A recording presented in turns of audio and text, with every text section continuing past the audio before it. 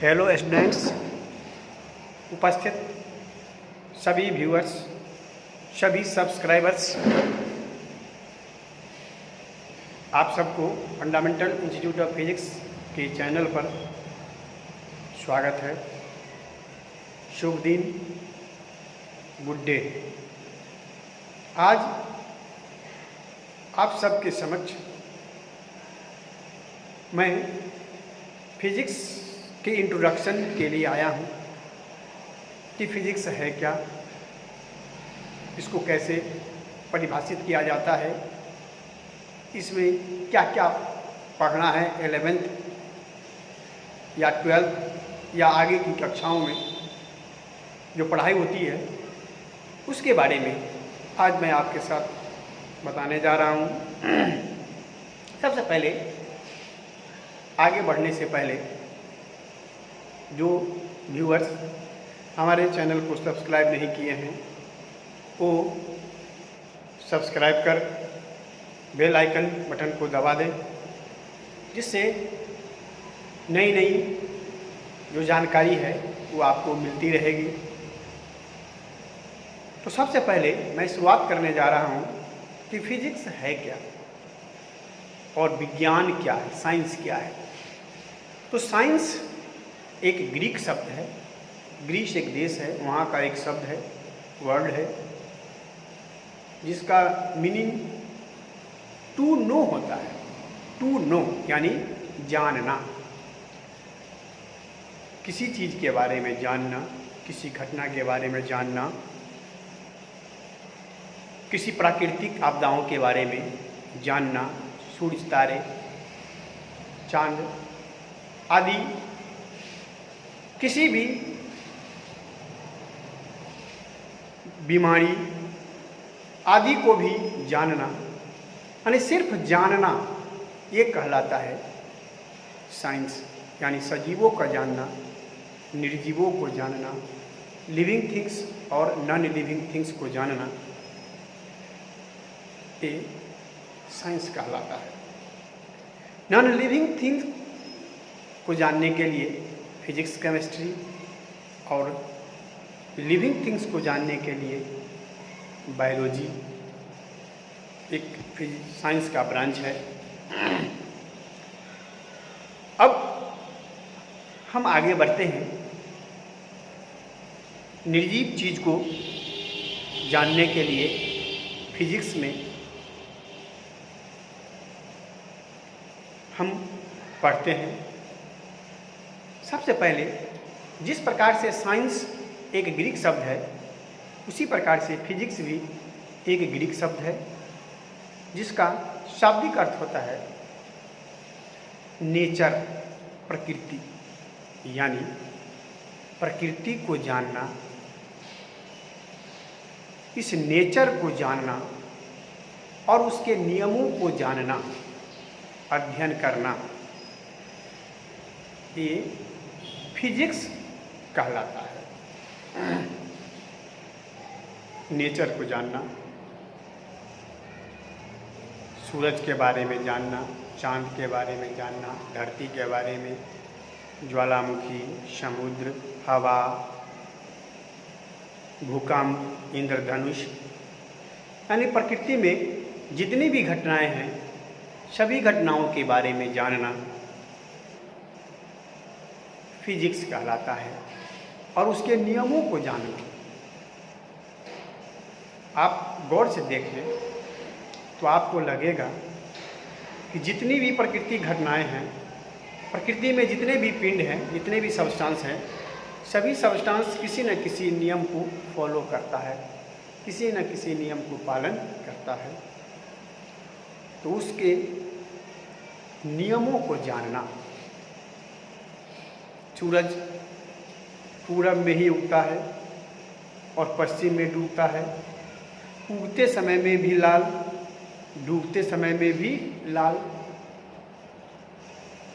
ग्रहण, सूर्य ग्रहण हो या चंद्र ग्रहण हो, सूर्य ग्रहण हमेशा अमावस्या के रोज लगता है, चंद्र ग्रहण हमेशा पूर्णिमा के दिन ही लगता है। पूर्णिमा के दिन समुद्रों में ज्वार भाटा अधिक उठता है। अंतरिक्ष में इंद्रधनुष जो बनते हैं, रेनबो जो बनते हैं, वो वर्षा से कुछ देर बाद, वर्षा के छूटने के बाद ही बनता है। तो हम किसी वस्तु को ऊपर की ओर फेंकते हैं तो वह वस्तु फिर नीचे की ओर गिर जाता है। अंतरिक्ष में सभी आकाशीय पिंड एक निश्चित गति से आकाश में इधर उधर भटक रहे हैं, सभी अपनी अपनी कक्षा में स्थित हैं। तो इस नेचर को जानना और उसके नियमों को जानना, ये कहलाता है physics. Study of nature and it's law is called physics. तो फिजिक्स में इस प्राकृतिक घटना को, इस नेचर को जानने के लिए सबसे पहले कुछ हेडिंग्स की आवश्यकता पड़ती है। बिना हेडिंग के किसी भी घटना को हम स्टडी नहीं कर सकते।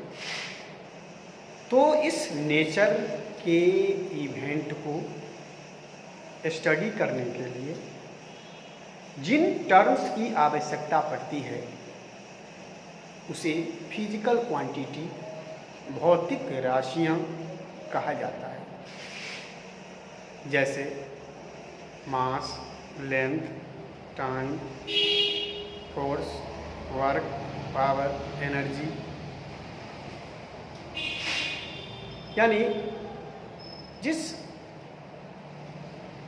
को हम लोग मेजर कर सकें, वेट को भी मेजर कर सकते हैं। तो मेजरिंग जो भी टर्म्स है, जो भी घटनाएं हैं, उसको फिजिकल क्वांटिटी कहा जाता है, भौतिक राशि कहा जाता है। अब कोई आदमी ये कहता है कि मेरा वज़न 60 है, तो समझ में नहीं आया होगा। वज़न एक फिजिकल क्वांटिटी है, एक भौतिक राशि है, क्योंकि वेट को हम लोग माप सकते हैं और जिसको माप सकते हैं वो फिजिकल क्वांटिटी होता है, उसको फिजिकल क्वांटिटी कहा जाता है। तो हाँ, कोई कहता है कि मेरा वज़न 60 है, तो हमें समझ में नहीं आती। कोई कहता है कि मेरा वज़न किलोग्राम है, फिर भी हमें समझ में नहीं आती। लेकिन जब ये कहा जाता है कि मेरा वज़न 60 किलोग्राम है, तो वज़न को हम लोग समझ जाते हैं कि हाँ, किलोग्राम का कुछ साइज है, उस किलो का 60 गुना इनका वज़न है। यानी हमारा वेट जो है वो एक्सप्लेंड हो जाता है। ठीक उसी प्रकार से कोई ये कहता है कि इस दीवार की ऊंचाई 11 है, समझ में नहीं आती। फिर कोई कहता है कि इस दीवार की हाइट फीट है, फिर भी हमें समझ में नहीं आती। लेकिन जब दोनों को मिला करके कहा जाता है कि इस दीवार की हाइट 11 फीट है, तो हम लोग समझ जाते हैं कि वास्तविक में इसकी हाइट कितनी है। यानी फिजिकल क्वांटिटी को, भौतिक राशि को वर्णन करने के लिए एक अंक, एक डिजिट और एक स्टैंडर्ड, मानक की आवश्यकता पड़ती है। और इसी मानक स्टैंडर्ड्स को यूनिट कहा जाता है, मात्रक कहा जाता है। यानी नेचर को वर्णन करने के लिए फिजिकल क्वांटिटी, और फिजिकल क्वांटिटी को वर्णन करने के लिए जिस स्टैंडर्ड की आवश्यकता पड़ती है उसे यूनिट कहा जाता है, मात्रक कहा जाता है। तो इस संसार में मात्रक को, यूनिट को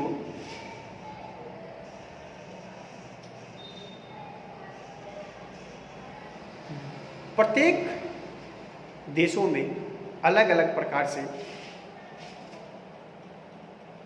रखा गया है।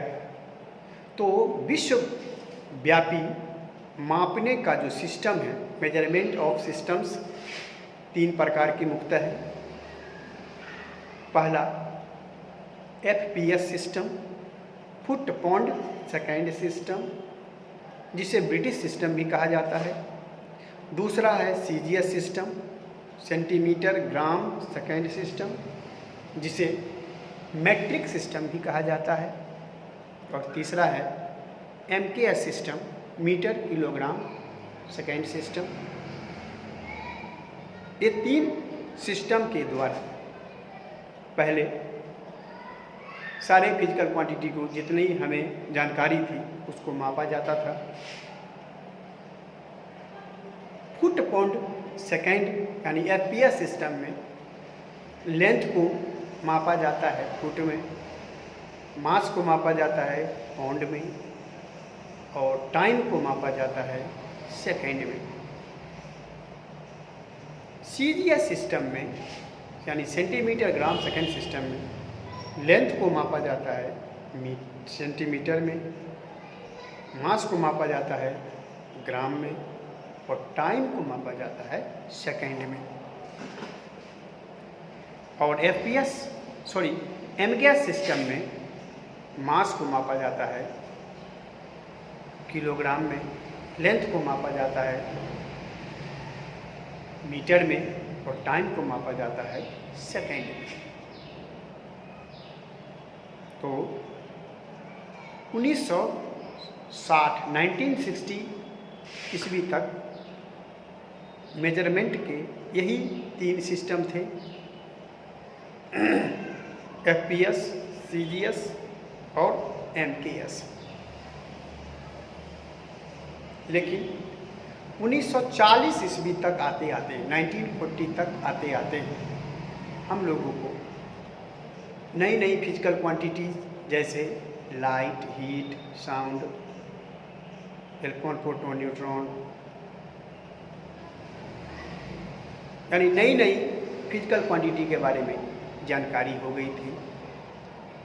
तो सबसे पहले समस्या उत्पन्न हो गई कि आखिर इस नई फिजिकल क्वांटिटी को कैसे मापा जाए, लाइट को कैसे मापा जाए, हीट को कैसे मापा जाए, साउंड को, वेलोसिटी साउंड जो दिखाई पड़ता नहीं है, तो इलेक्ट्रॉन, प्रोटॉन, न्यूट्रॉन सबके मास को कैसे मापा जाए,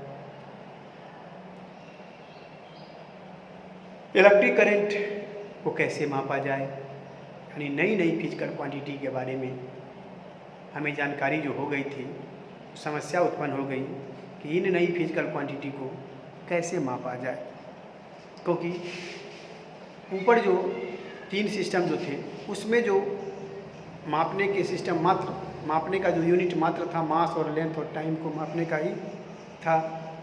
तो नई फिजिकल क्वांटिटी के बारे में उसमें कुछ भी नहीं था।